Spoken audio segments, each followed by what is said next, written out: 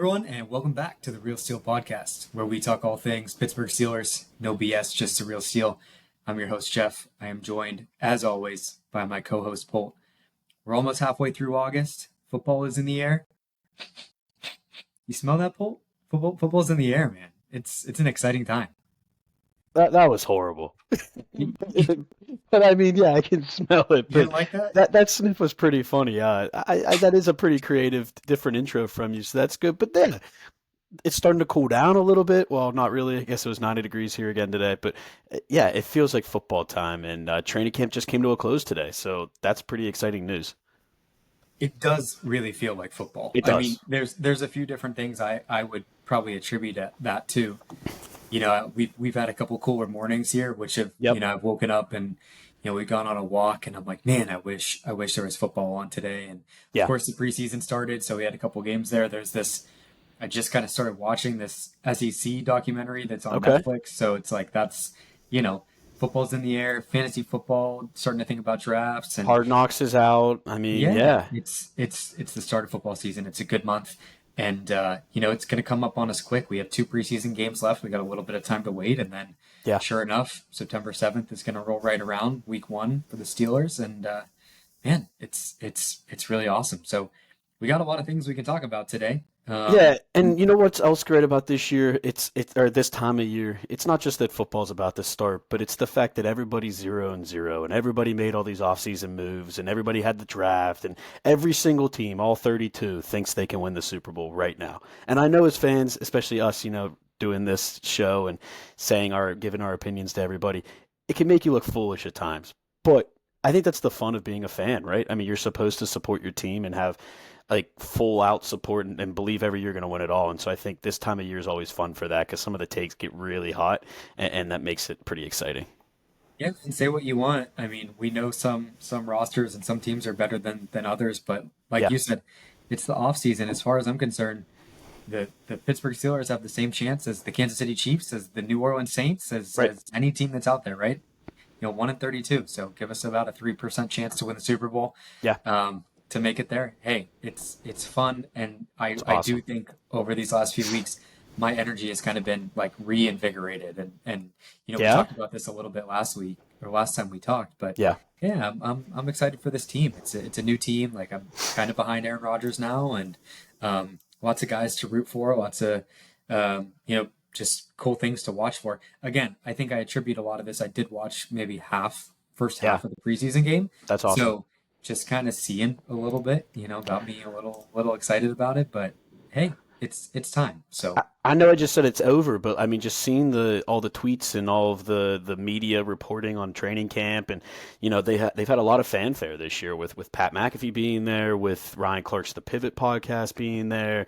I think Brian Baldinger was there, NFL Network. Like they've had a lot of people at training camp, and so there's been a lot of attention, a lot of what buzz? coverage, and I think that's awesome. And I definitely agree. It's gotten me excited, and I love being able to scroll Twitter and see Steelers again, which is awesome. Yeah. And so let's talk a little bit about it. Let's talk a little bit about kind of camp and off season, Yeah. what we see, if we see anything else happening. Let's talk just a little bit about the preseason game. I know there's not too much to talk about, and I think we learned our lesson from the last couple of years, right? We're not going to put, too much weight onto the preseason, but maybe just a couple high level thoughts in terms of what we kind of think coming out of this game, because I at least have a few things that are on the top of my mind. I know we talked a little bit about, hey, do we want to give any type of bold prediction for the season? It's a little early, but maybe we can do that. Yeah. Talk about what's going on, and then I do think, correct me if I'm wrong here, but I think you have a little bit of a trivia game for us to I play a do. little bit. So Yep. we can have a little fun with that if we want. So Yeah. where do you want to start? Yeah, let's get into the preseason game. I just want to make it known I watched 0 snaps of the game. I don't know where you streamed it, but I decided I didn't want to pay the seven. Illegally. Okay, cool. So I Yeah. thought about doing that and just decided not to. But I did watch the 15-minute highlight reel last night. And So I know the big things that happen, and I have a lot of things I've seen on Twitter. So yeah, I think you maybe start since you watched a lot of it. Did you watch yeah, the sure. first half or like? I watched the first Okay, half and like some tricklings, I guess you could say, of the second half, and okay, of course saw some highlights too. We'll start here. I mean, great to have a W on the scoreboard. Not that preseason Jeez. matters, but Yeah, 31-25, Steelers beat the Jags. It was cool because I'm pretty sure that the Jags put out a lot of their first team they did. in some of their early drives. And we, from what I recall, I don't have the gameplay up. You can correct me here if you do, but we held them the first few drives to pretty much just field goals. It was a little bit of bend don't break. They kind of drove on us a little bit, but we had a lot of defensive starters, and we of course rested a lot as well. But Yeah. I would say my takeaways from the very first, I would say, few minutes of the game and our first couple drives, as well as kind of the defensive stance. Mason looked great in his first drive. I think he played 2 drives. Second drive, he didn't look as good. Took a bad sack, held onto the ball for a little bit, had a batted pass. But I think he was, 7 of 7 on the first drive, threw for an awesome touchdown to Darnell Washington, pretty Yeah. much drove the entire field. So that was great to see. Mason just kind of looked really, really calm, comfortable, confident. And again, take it for what it's worth, right? And we know that he's not going to be our starting quarterback, and we might not have had everyone on the Jags D playing that will start, but that was good. That was fun to see. He Nine looked plays, good. 65 yards. Okay, And so and, nine and plays, 65 it yards. Yep. it was their starting defense. From everything Okay. I've seen, I mean, Trayvon Walker was out there, Josh Allen was out there. It was the Jags starting defense.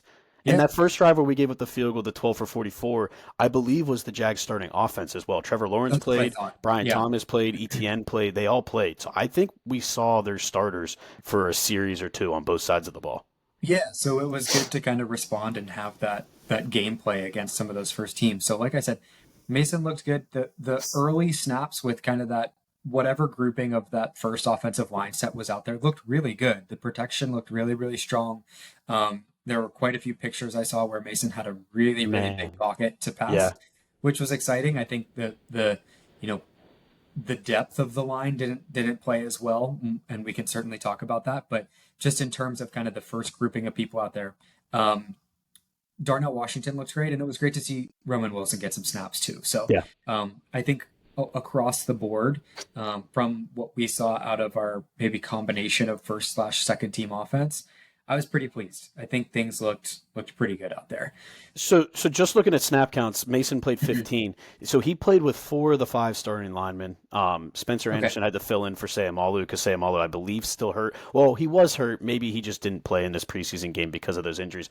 But Mason McCormick, it's Spencer Anderson, I'm sorry, Troy Fatanu, and Zach Frazier all played 15 snaps as well. And then I believe, where the heck is he? Where's Broderick Jones? I think he might have played a little bit less. So yeah, it was basically the whole first team line, Mason Rudolph, and then backups across the board for the skill players. So for Yeah. the fact that they were able to drive down the field is absolutely awesome. Yeah. So again, say what you want, right? Literally the very first drive for the team in preseason with our backup quarterback, but fun to watch, and they looked good. I'll Broderick say on Jones the did play 15 again. Sorry, I just found him. He good. played 15. Okay. Yep. I'll say on the other side of the ball, I didn't, couldn't give you as many names in terms No of starters. notable plays, and yeah, not really much from starters. But overall, our defense looked pretty good. It was good to see a lot of these young guys like Harmon and Yaya Black, and some of these linebackers, even some of these corners and Beanie Bishop and Yeah. Eccles. A lot of these guys played a lot of snaps, and I would say, they have a lot of potential. I would say the buzz around their names and kind of the buzz around our defense, even though we saw a lot of depth, right? We didn't see Jalen Ramsey, we didn't see Joey Porter Jr., we Right. didn't see TJ Watt, etc. His defense played pretty well, and it's good to see that in terms of some of these guys who definitely will be integrated in some capacity in the game, right? Cole Yeah. Holcomb got some snaps, so that was good. Great to see him back. We saw some of these safeties that we needed to kind of get a feel for. Again, I don't really have hard stats. I don't know who led in tackles. I don't know who played snap counts, etc. But all that to say, I think the defense, at least the pieces that were in play, they looked good. Yeah, I mean, so I guess I did lie. Starters, a couple of starters did play. Peyton Wilson played. He had the green dot, which I thought was a really cool thing. He seemed really appreciative of that opportunity, even though it was a preseason game. He took that really, really seriously, which was cool. So he played 12 snaps. Juan Thornhill, who's probably going to be the starting safety, Starting played 12 safety. Yep. snaps, Yep. and then Keanu Benton played 8 snaps. So there was a couple starters out there, but like you said, the guys like Nichols and Beanie Bishop, that was a really big game for them. They played like 40% of the snaps, and those two guys are fighting for playing time, right? I mean, they're the depth corners, and Beanie was like the starter last year, but then got benched for God knows what reason with Cam Sutton, but him and Eccles are both fighting for that who's the next guy up after Darius Slay, Jalen Ramsey, and Joey Porter Jr. So from everything I saw online, those two both had fantastic games and had a couple pass breakups each. And just the rumor is Eccles looks like one of the top standouts in camp. Right now from the defensive side of the ball. So if he can continue and we can go 4 or 5 deep in the cornerback position, I mean, I think that just gives us more versatility, allows Jalen Ramsey to play more safety, and just like lets our pass defense to be a little bit better. So, I mean, that's all positive signs coming out of that. So it looked like the defense played well. Like I said, they faced the starting offense for the Jags, 2 drives. It was 12 plays, 44 yards, and a field goal. And then, it was only 1 drive. I'm sorry. It was just that first drive where they gave up a field goal. After that, Trevor Lawrence got benched, and I think ETN got benched. But still, I mean, to hold up with a field goal with not even your starting defense against a starting offense is pretty darn good. So, yeah, everything I saw was pretty positive out of the defensive side of the ball. Yeah, and again, preseason, right? We're Right. not gonna put all our eggs in one basket here. I don't think it's worth kind of No. digging really any deeper than we did. We have another game coming up here against Tampa, and I think that's what is that on Saturday? Is that on Sunday? Um, Let me I think see. it's Steelers Sunday. preseason It's Tampa. Saturday. All right, so that's Saturday at 7 p.m. and that's Yeah. a home preseason game. And then our next one actually is a Thursday night game in Charlotte against the Panthers, and I'm going to go to that. So Nice. I'm going to make a little road trip on Thursday and pop on down, and maybe we'll get to see a little Aaron Rodgers. Maybe we'll get to see a little, some of these first team guys play a little bit more. Who knows how long I'll end up staying, but it'll be Yeah. cool just to kind of be in that environment and see things for a little bit. I think the other two things to say about preseason, it kind of sucks that, I mean, we can hit on this real quick. Will Howard got hurt during camp. Yep. And so, unfortunately, it was only 3 quarterbacks to play, but Logan Woodside, who is just a guy to have a body, ended up being the 3rd quarterback. But Skylar Thompson looked awesome. 20 for Yeah, he did. 28, 233 yards, 3 touchdowns. There was some stat he was the first Steelers quarterback to throw for 3 touchdowns in a preseason game in like 70 years or something. So that's impressive. It's unfortunate, though, that Will Howard's not the one getting those snaps. But I am curious, does Skylar Thompson, is he battling for that 3rd spot? I don't think he would ever get it over Will Howard. But if he keeps playing this well, do they think about maybe putting Howard on the practice squad? I doubt it, but I don't know. I was thinking the same exact thing. I don't know how, you know, practice squad works with rookies. Are they I don't fully either. claimable from other teams? I I mean, don't know.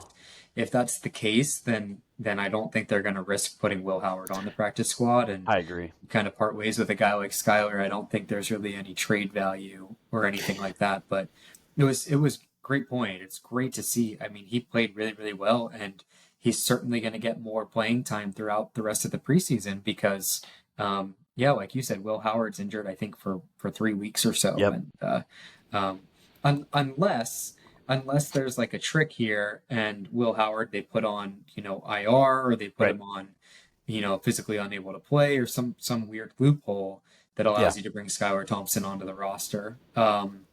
And they fully just IR Will Howard for the whole season. Who knows?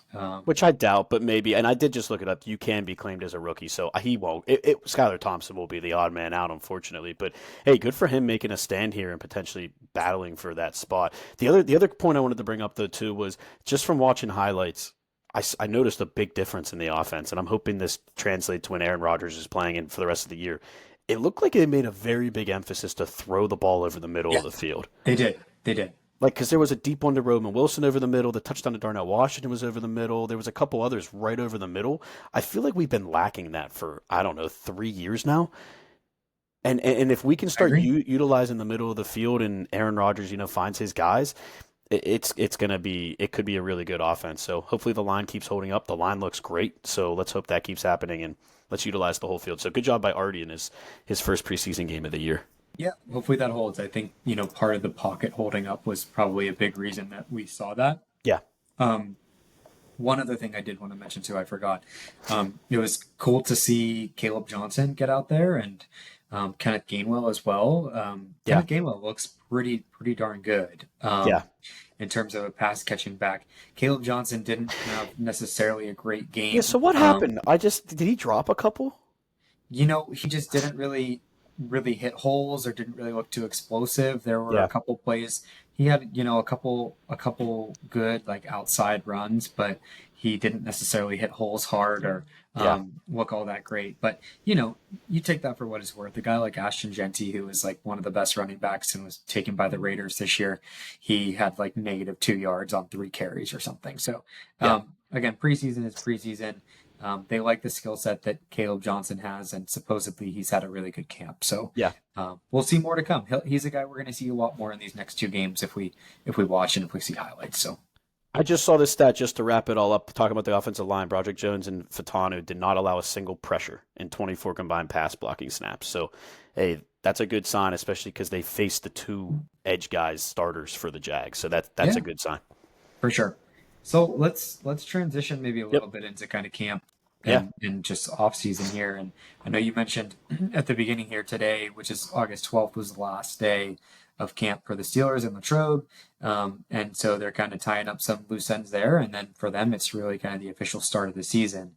Um, August 26th, by the way, is the date that the Steelers, as well as every other NFL team, has to make their roster cuts down to 53 people. So we're going to probably start to see some things take place over the next couple of weeks, as again we see these last 2 preseason games. But you have any high level thoughts or initial thoughts just on camp or things that you've heard or seen at all? Yeah, I mean, I think it's worth noting that they partly ended camp early today because they're doing a joint practice on Thursday with the Buccaneers. So the Buccaneers are coming to town for the third preseason game this weekend, and they're going to do a joint practice Thursday at Acrisure as an open. Oh, it's not open to the public, but it will still be good. That will be a better showing, or tell us a little bit more than Saturday's preseason game probably will. So that's good.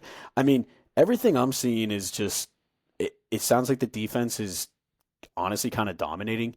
The amount of times, the amount of interceptions I keep seeing tweeted out of Aaron Yeah. Rodgers, of Mason Rudolph, of whoever's playing quarterback is a lot more than I remember But ever the offense happening. did play really well on the last day to close it out today. Okay, I saw that well that's good. in 7 shots they won either 5 or 6 of Okay. the 7. Oh, that's Um, how typically it works. The early on in the camp, the defense, because the offense is trying to figure it out, the defense dominates, and then the offense takes over, and then it kind of evens out. But it's just interesting if we can get turnovers. We've had like no turnovers last year defensively, so if we could get a lot more this year, that would help us a lot. And then just Aaron Rodgers with his receivers. I mean, he's spoken really, really highly of Roman Wilson, which makes me feel good. The quote I think last week was, "He's just got to get out of his own head. He has all the talent in the world, but it's all between the ears." And getting praise like that from a Hall of Fame quarterback, Super Bowl champion quarterback like Aaron Rodgers has to give you a boost of confidence as Roman Wilson. And so hopefully that will help him take the next step and maybe be that wide receiver too that we were desperately looking for. So yeah, those are really the main points I think. Jack Sawyer, I guess, has been pretty active and different things like that, but not nothing too crazy. It seems pretty ho hum. They're just kind of going about their business, which I like to see. yeah, I would add to that by saying I think from everything I've been reading, it sounds like Rodgers has a good feel on for the offense now, Yeah, clicking well with a lot of these guys. I really do think we're going to see a lot of tight end usage. We saw 3 tight end sets. We saw 4 tight end sets in some capacity in camp. yeah, So we'll probably see some pretty interesting stuff that will happen with our, I would say, formations. yeah, Like you said, Roman Wilson looks good. I think, we're even going to see a guy like Scotty Miller kind of come in and probably yeah. take some first team snaps. So Rodgers, I think, really loves this receiving group, which is good. I have some question marks around this running back room. I don't know what's going to happen with Jalen Warren. Haven't seen a lot or I heard a haven't heard lot about anything. him. Yep. And again, Caleb Johnson, we don't know if he's Right. kind of going to come in and battle for snaps or take over this RB1 role. Don't really know what's going on there. But to round It's out the sort of offense, at it. least from my perspective, well, I was just gonna say Go ahead. Go ahead. similar to what we've been talking about. if the offensive line, first team offensive line, can stay healthy, it's going to be a big improvement there. So Yeah. that's what I've seen and heard from at least the offensive side of the ball. It sort of seems like it's going to be Jalen Warren with Kenneth Gainwell as the third down back, and then Caleb Johnson mixed in with Jalen. I think Gainwell is the third down guy. He's a great pass catcher. So is Jalen. But if he's going to be the bell cow every down, I don't think they'll have him out there for maybe pass protection third down. But I mean, we'll see. It's really hard to tell in camp. Yeah, so that initial depth chart that the Steelers released too, which is maybe another thing we can talk about, is it does list Kevin Gainwell ahead of Caleb Johnson Okay. as a second running back. So again, there's also weird things that happen with that depth chart too, right? Like you see, Yeah. at tight end, you see kind of two names listed with both Jonnu and Pat. And then you see Darnell Washington listed on the other side as the other tight end. And, Yep. we've done the or before within there. And yeah, I mean, there's a number of different things that you could probably read into. So that will definitely change. But yeah, I think overall takeaway from camp is, positive. We're seeing this offense start to click a little bit, and that's exciting. Yeah. So, I mean, and then just another thing, Jalen Ramsey, there was a quote from him today from the Pivot, Ryan Clark's podcast today, where they asked him about playing in the cold, and he said he got rid of his Rolls Royce, bought me a Ram truck. I'm Mm-hmm. ready. It's just everything from, it just seems like it's pretty much, Everyone bought in. right, we'll get into some of the other stuff, but it seems like everybody's bought in and everybody's there for. And I think there was a quote from Ramsey saying that, like, we're all here for the same mission. We all know what the goal is, and we're putting our heads down and working. And it seems like everybody's bought in, everybody's fighting for the same thing. So that sounds really, really positive to me. Yeah, for sure. And we talked a little bit about, some of those guys like Beanie Bishop and Eccles in the preseason game. I Yeah, mentioned a couple other names, but just on the defensive side out of camp, a couple names I've seen and heard, like Yahya Black has had a really good camp, man. Yeah, specifically with batting down balls. So I think that's good. They love what they got with Derek Harmon, and like you mentioned, Jack Sawyer.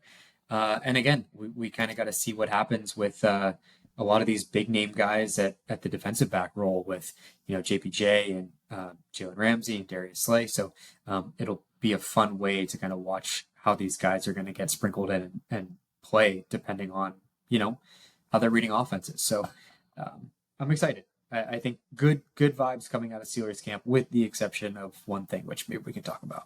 yeah. And I'm kind of confused before we get there what they're gonna do with Corey Trice. I don't know if he played in the preseason game. It He doesn't. was hurt. Okay, he is hurt. Yeah, which is not a great sign, but No, because he there's is these hurt. two. Yeah, I mean, Go there's these ahead. two other guys, Brandon Eccles and Beanie Bishop, who are playing really good football, and it's like, is he about to lose his spot? I don't know. I was really hoping for him to have a big year as a backup guy. So, I mean, I guess we'll see. They'll obviously keep six corners, if not seven. I just don't know. They love James Pierre as a special teamer. He's a Yeah. horrible corner, but they love him as a special teamer. So, I guess we'll see where Corey Trice lands. Yeah, Dante Kent was the seventh rounder that we drafted Right. too, and I think he's going to be a long shot here to make the roster. But I think so too. um, we'll see what happens. I think our next episode will probably be after we have the roster finalized and after those last two preseason games, and Yeah. maybe looking a little bit forward for the first game. But we'll get there when we get there. So Yep. um, let's talk a little bit about the drama, because I think this is something we at least have to cover, right? Yeah. The word on the street here, which I think, a couple of days ago was just word on the street, and I think now has kind of become a little bit more of kind of a serious type thing, is Yeah. Cam Hayward wants a lot more money, or he wants at least a contract negotiation. Right. And it's stemming from the fact, at least from what I have read, is that when he most recently did his contract negotiations, he said, and if I'm an all pro, I'm coming back and I want more money. And sure enough, in 2024, Cam Hayward at 35 years old was an all pro, Yeah. and had one of the best seasons of his career. And I don't know if I'd say rightfully so. I get it though. I think there's two sides to this, which we probably have to talk through. I think most of the Steelers fan base is going to be pretty quick to think like, hey, this is ridiculous. Like They you're are. kind of tarnishing your Steelers career here. Just get on with it, and you're getting paid a lot of money to begin with, and you're old. But I think there's probably Cam's side of it too, which is valid. So, what's your initial take on this? Yeah, my initial take is, man, how quickly they turn on guys. Like Yeah, Cam's like the cornerstone of the team and all captain. of captain. I mean, he has been the biggest Steeler for the past. I think he's been playing, I don't know, 12 years or something, 14 years. He's been on the Steelers for a long time, and he's been the definition of a Steeler. And the fact that everything you see online is just the entire fan base has turned on him, and I think it's crazy. I am fully on Cam's side. I mean, first of all, I mean, you can never fault a player for trying to get money, especially when they've played like he has and they feel like they've earned it. Um, but I mean, he's gonna play for us. Everybody, I know he said this week that he would miss games, but I think it's just a tactic to try to put some pressure on them. And everybody keeps bringing back the clip about him with Aaron Rodgers saying, "If you don't want to be a Steeler, don't come." I get all that, but I don't think Cam is gonna actually sit out games. I don't think Cam is trying to be selfish here. But if you read Steelers Depot, who they're really really good with contracts, everybody's saying he took a raise last year when he got his contract extension. And The he didn't. he did not. He took no new money in 2024. All the team did was tack on 2 more years and turn his $16 million bonus or $16 million salary into a bonus. And so it became from unguaranteed to guaranteed. But now his salary has dropped over $1 million coming into 2025 from 2024.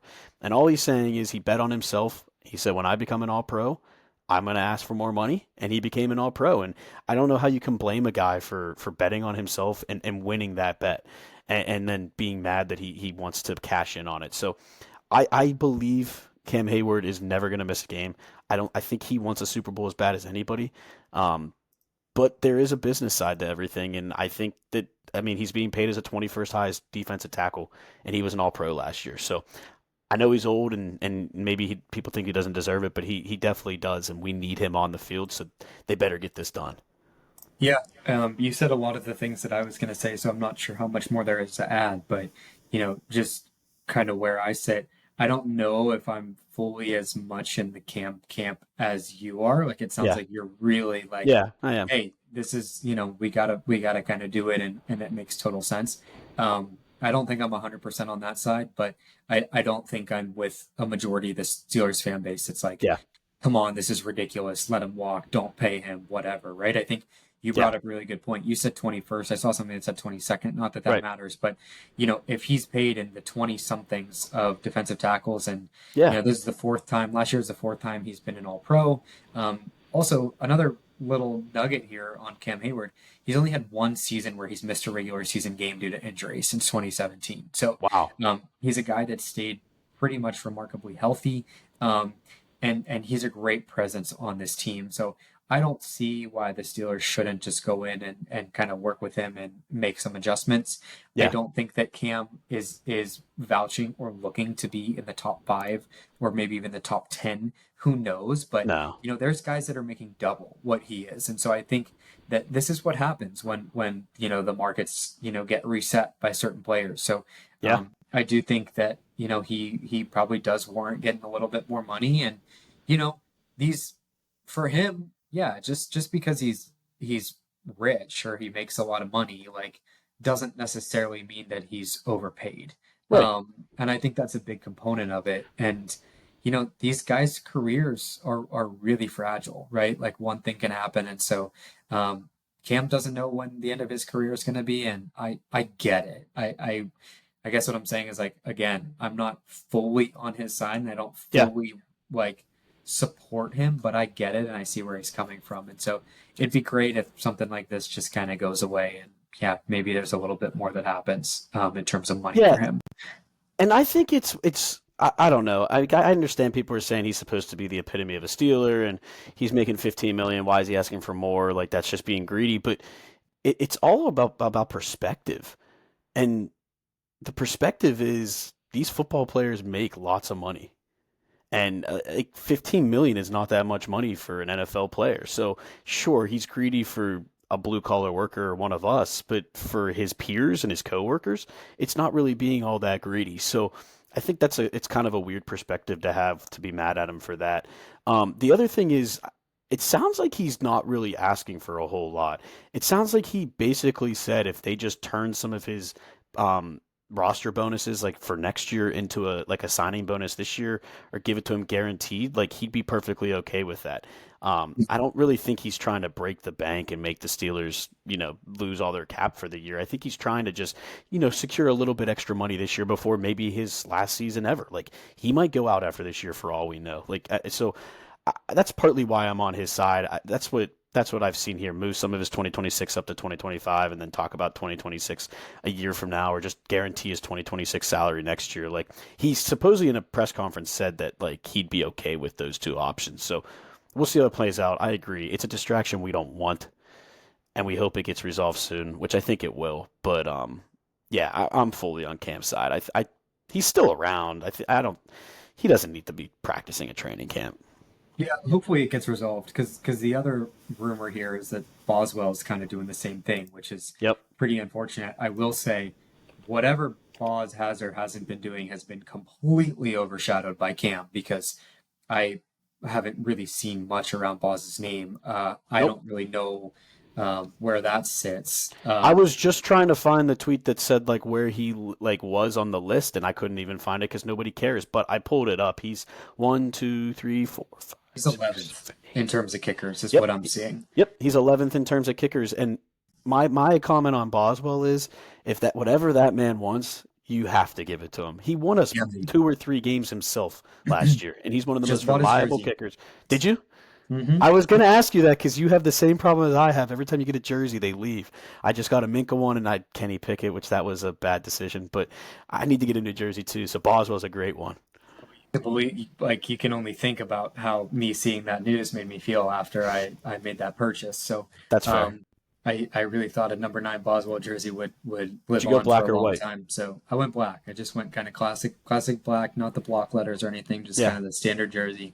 Um, and I'm stoked about it. And maybe he does get a little bit more money. I mean, you might have more details up on your screen, but from what I've seen or what I'm seeing here, he's under contract through the end of the 2026 season. Yep. He signed a 4-year extension in 2022.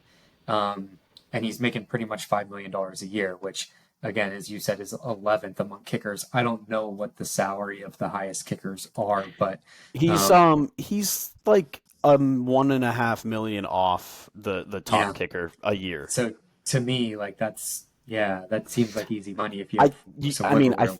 you know what the bigger punch in the gut is to me? He's the third highest paid kicker in the division. Oh, that's crazy. Evan So he's McPherson and Dustin Hopkins make more than him. Yeah, so that's pretty wild. I mean, Boz was the best kicker in the league last Yeah. year. And he won us multiple games, like Yeah, himself. Like I think you have to take care of that one too. And again, it could be something where you play around with the numbers or how you give him the money. I don't think he give him 2 million more and he'll be fine. Like yeah. I mean, one thing I maybe you know the answer here, and I don't know if it's fully a question or not, but I don't really maybe just remember in terms of at this point in time in the year, aside from guys that might be holding out, if like a lot of contract stuff happens. Like I didn't think that there was, or maybe I just didn't remember that stuff I happened. think it all depends. The Steelers usually are pretty good about getting things done before camp, which I think Hmm. is why we don't hear it. But yeah, I think as the season approaches, guys try to get some more guarantees or whatever they need to do. I think this is kind of the time of year where we'll do some salary bonus, like well they'll turn salaries into signing bonuses to get like salary cap back or something. But no, I mean this feels like a lot more than normal. I'm not really used to it. Yeah. So I guess we'll just see what happens. I mean, we how long did we just extend Omar Khan for? That happened maybe within the last month or so, right? Was that a three Yeah, year deal with him? I think. it Um, was something like that. Yeah. so anywho, um, I think there's one more player yeah, it was a 3-year deal. I think there's one more player we have to talk about, and I don't know if you've seen this. I just saw this late last night, but Calvin Austin is having some off the field issues, is the report. So I believe he's not at camp, or maybe he is there. Um, but he's in a bit of legal trouble, it looks like. And looks they're like a dog. yes, it looked like it was a dog. Something with uh, domestic violence or something with a dog. Domestic violence is the wrong word, so I shouldn't have said that. But something with an injury because of a dog. So keep an eye out for that. If we lose him, they'd be pretty devastating to an already kind of shallow receiver room. So hopefully he can get through that and we can have him back on the field. Yeah, good point. And maybe the last thing to mention here is I don't know when we last talked about it, but this TJ deal is finally done and settled. Was that before our last episode? I don't really remember.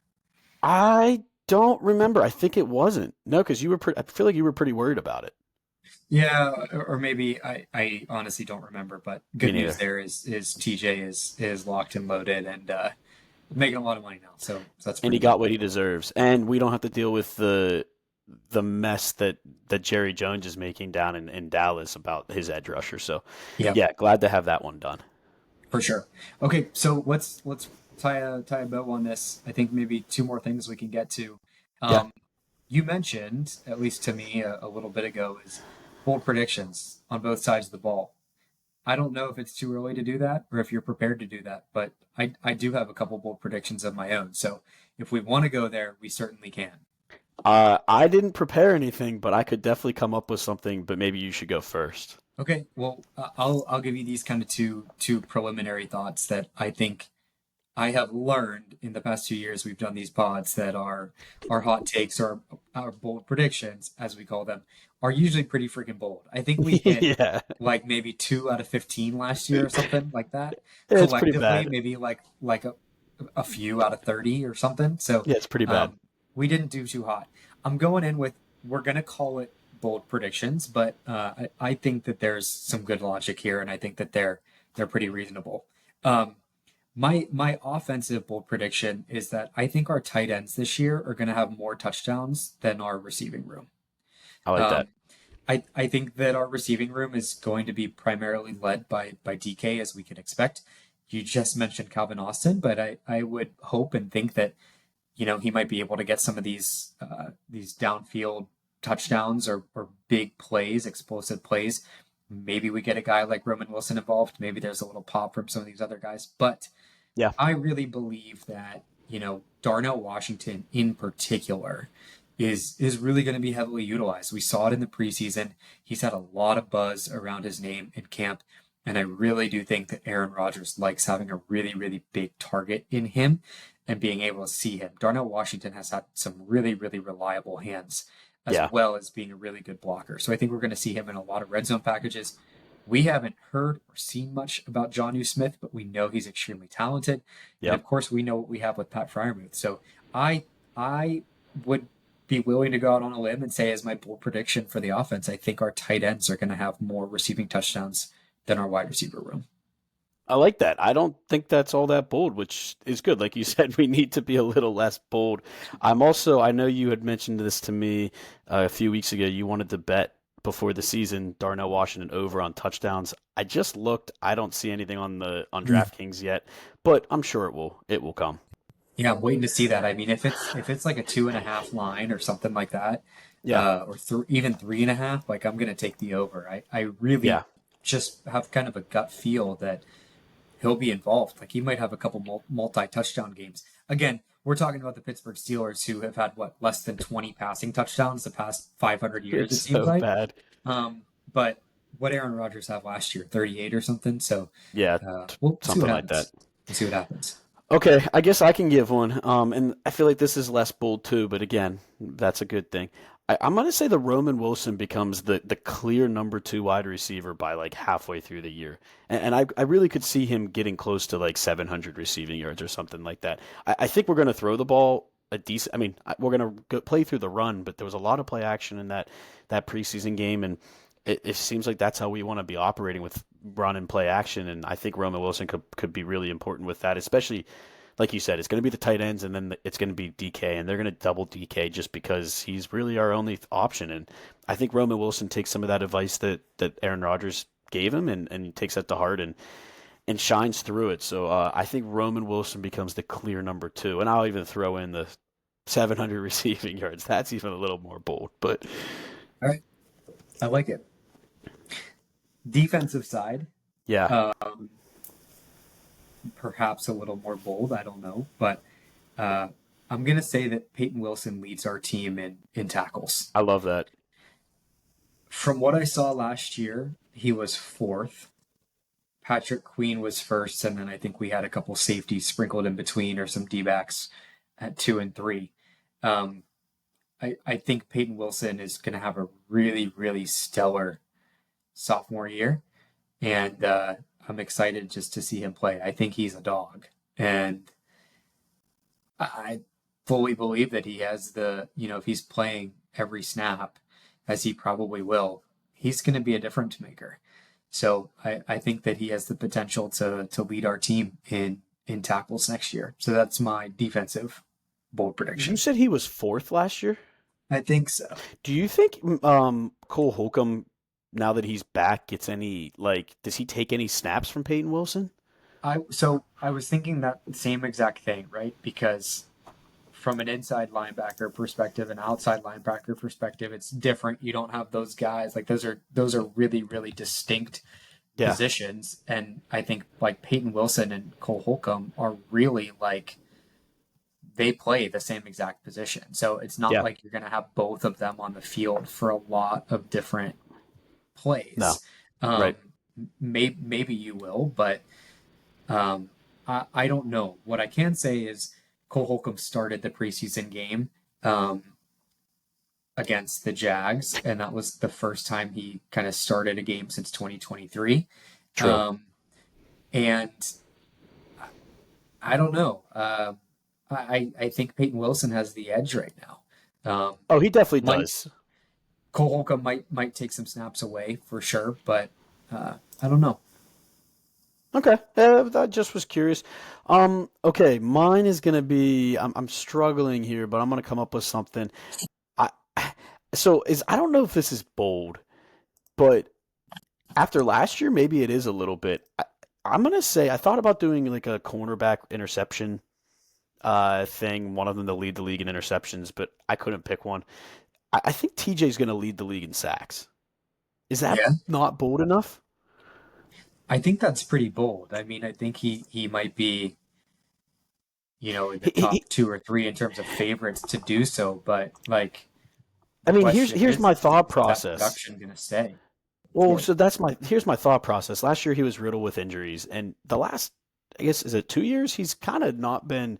He hasn't been as good as the year that he was. I think was 3 years ago when he led the league. I think he took that to heart. Like last year was a rough year for him, and he was getting a lot of crap. There's the whole Miles Garrett comparison, all that kind of stuff, and he got paid. He got paid what he wanted, and he now saying he worked his butt off in the off season. He wants to move around the lineup and play on different yeah, sides of the ball. I mean, I think it's going to open up a lot of opportunities, but I also think this is going to play a big role.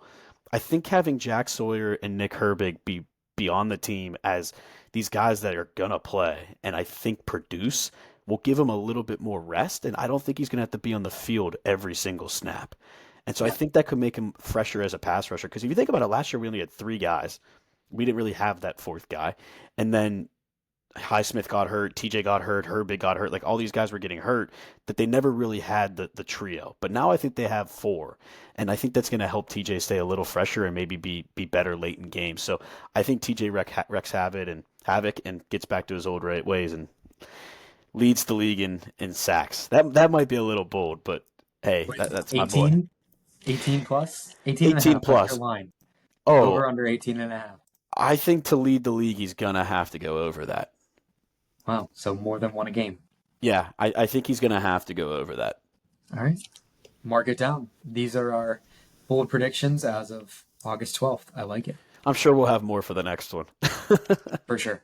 Okay, well, we're running, I wouldn't say long, but we got one more agenda item here, right? You wanna Yep. dig into this trivia?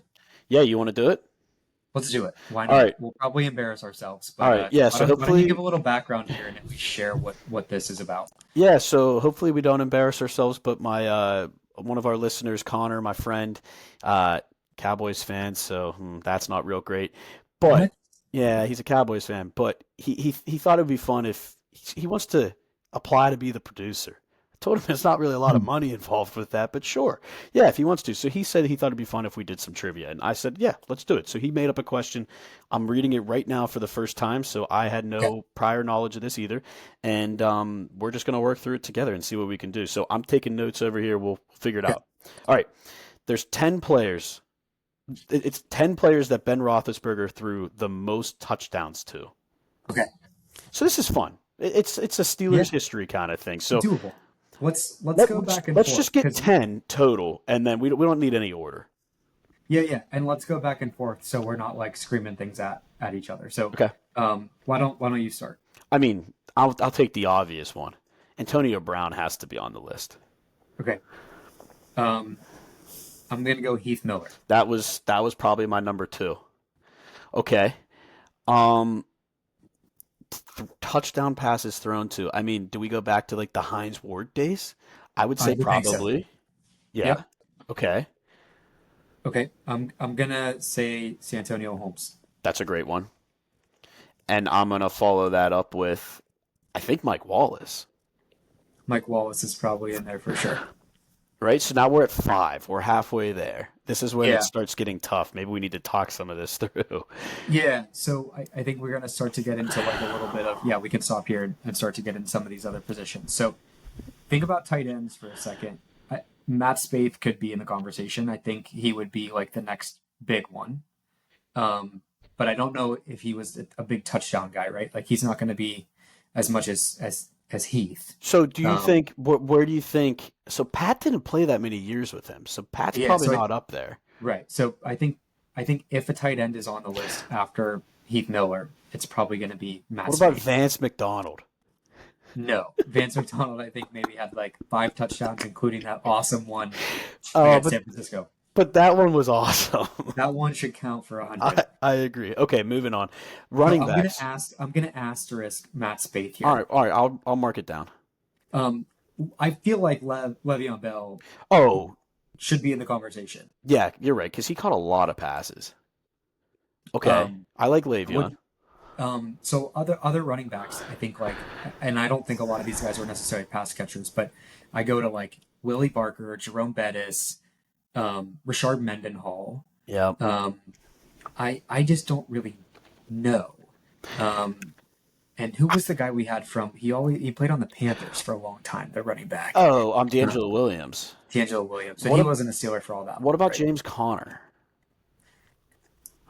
He was only what, like 2 or 3 years? I think he played the first 4 or 5. Here, I can at least look I that guess up. I guess we're getting no. You can't look that up. You can't How look long? Okay. anything up. All right. Nothing. All right. Um, I feel like we're gonna have to get back into Wide I don't know. receivers. I like Matt Spade as one. He's. I have him on the list. Okay. Okay. If we go back to wide receivers, what do you think of like? I feel like he was suspended too much. Martavis Bryant, Yeah, Martavis Bryant is probably in there to be honest with you. Emmanuel Sanders, but I don't think he Emmanuel played for us for Sanders. that long. Well, I mean, if you go like Deontay Johnson, oh well, yeah, that's true. Are we going like Antoine Randall?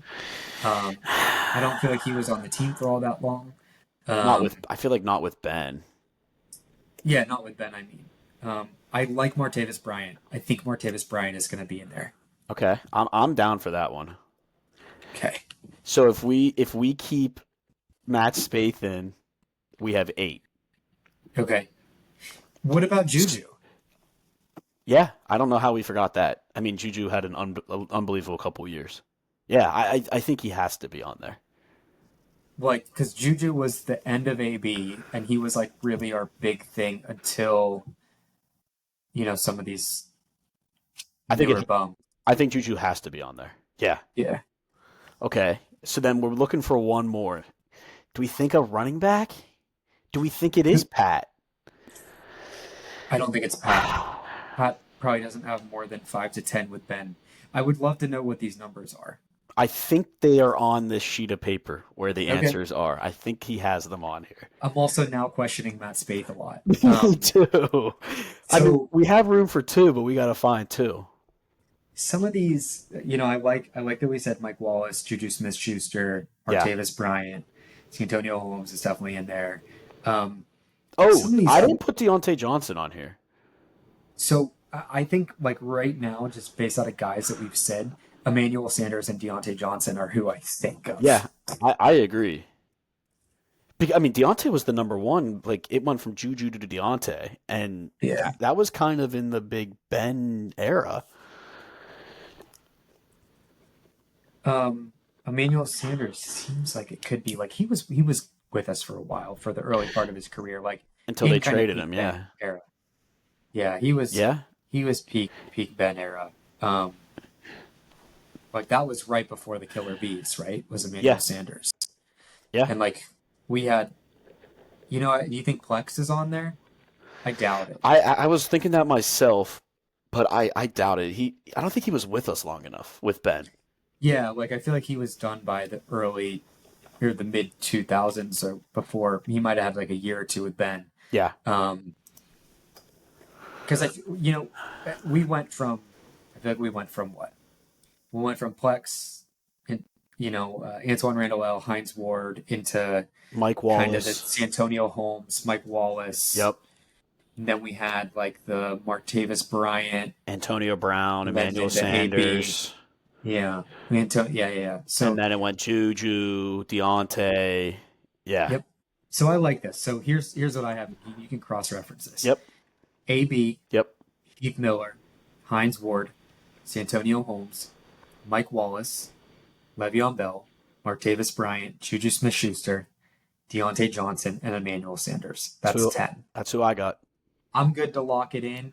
If our listeners are listening to us, and I mean, we could be like really missing someone, but it's not going to be like Lima Swede or like Cedric Wilson or something No. out there, right? Like, there's no I way. thought about Lima Swede, but there's no way. So, all right. Do you want me to give it to you in order? Yeah, I assume that's in order, and I'll also just say, I mean, Wow. I feel like AB and Mike Wallace are probably towards Santonio Holmes. Got to be towards the top of that list. Okay, if you had to, if do you want to get who do you think are the top three? I've looked, so I A can't say anything. AB Santonio Holmes and Mike Wallace. Okay, you got one of the three. AB. AB's number one at 72 touchdowns. All right. Number two is one of our favorite wide receivers, Heinz Ward, at 41. Wow, that's a big drop. Huge drop. That's how good the Killer Bees were. Yeah. Damn. Tied with him is a tight end, Heath Miller, He at 41. at 41. So that's your top three. Yes, now there's a big drop off, and you'll be shocked by who's five. But four is Mike Wallace with 29. Okay. Five is actually somebody that we almost left off. Juju Smith-Schuster is number five with 19.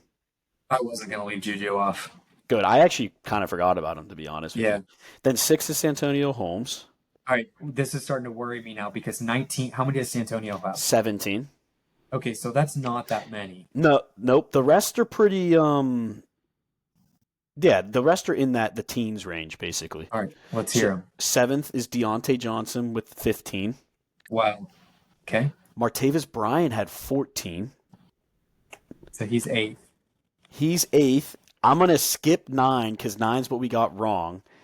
10 was it was a tie. It was between Emmanuel Sanders and Nate Washington with 11. Washington. Nate Washington was with us for a while. I forgot about him. Nate Washington. That's a good one. So Le'Veon Bell is who we got wrong. He did not have 11 touchdown catches from Big Ben, which is kind of shocking to me. Okay. Do you want to know who it is? Yeah. Jericho Cotchery. Jericho Cotchery. What number was he wearing? 80 or 15 or something like that? I actually don't remember. I do remember him being on the team, but I didn't really see it. He had 12 touchdowns with Big Ben. Jericho Cotchery. Let's see. He wore Jericho 89. Cotchery, 89. Yep, he had the Damn. killer bee. Or he had the bumblebees. I just saw. Yeah, I see that too. So he was with the Steelers. Let's see. What year? What years was this? He was with the Steelers from 2011 to 2013. Very forgettable guy, unfortunately. Unfortunately, Nate Washington. That would have been a good poll. I would have loved to Yeah. play Nate Washington, but he's tied. so I Le'Veon just only gotta had fact- 7. Okay, that's what I was going to look at, and he had 9 career receiving touchdowns. Yep. So he only had 7. Okay, Matt Spaeth career touchdowns. Okay, Matt Spaeth had 10 career touchdowns, Really? So he was and one off. but 3 of them were with the Bears. Okay. Okay. So he had 7. James Um, Conner only had 4, so that was a bad one. let's just see. Last thing. Touchdowns. What do I look at? Receivers who caught a touchdown from Ben Roethlisberger. I want to see what this list is going on. If we can see. All right, here we go. Willie had a. Willie didn't have very much. He only had 5. So get this. Okay, so 1, 2, 3, 4, 5, 6, 7, 8, 9. We got to check the accuracy of this list because Uh-oh. there's a few things I'm seeing in here. At least this post was posted in 2022. I have AB, Hines Ward, Heath Miller, Mike Wallace, Juju Smith-Schuster, Santonio Holmes, Martavis Bryant, Deontay Johnson, Yep. Jericho Cotchery, and this in the 10th spot is Chase Claypool. How many? 12 is what this says. But also those numbers that you had shared were different. So I wonder if this counts preseason or playoffs. That might only be regular season. Oh, it might count playoffs. So Claypool has 12. Emmanuel Sanders has 11. There's Nate Washington. Guess who's right behind them? Another tight end, but we didn't name who this was. Who caught the ball? Jesse James. Jesse James with 9 touchdowns. Huh, Yeah. that's interesting. Yeah. And then you get into Lev Bell. Another Washington. Who was Washington number 13? Oh, that's James Washington out of Oklahoma State. James Washington. Senior That's is right. And then he went so as Mason Rudolph. I'm agreeing with you here. I'm looking this up, and it looks like Claypool had 12 regular season touchdowns. Okay. And 2 playoff touchdowns. So All right. the audition Connor. The audition for Connor's producer application has been rejected for producer. This is so nice bad. Try. Nice try.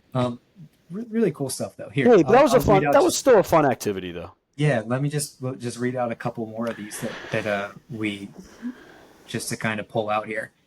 After James Washington, Plexico Burris, Eric Ebron, then Pat Fryermuth, Matt Spaeth, Marcus Wheaton. Oh my gosh. There's your Vance McDonald, who I said had 5, and this says he has 5. Willie Parker. Yep, he had 5, I think. Had 5. And then I think I said Lev had. Oh, you already said him. Yeah, we already said him. Cool, man. That was fun. Yeah.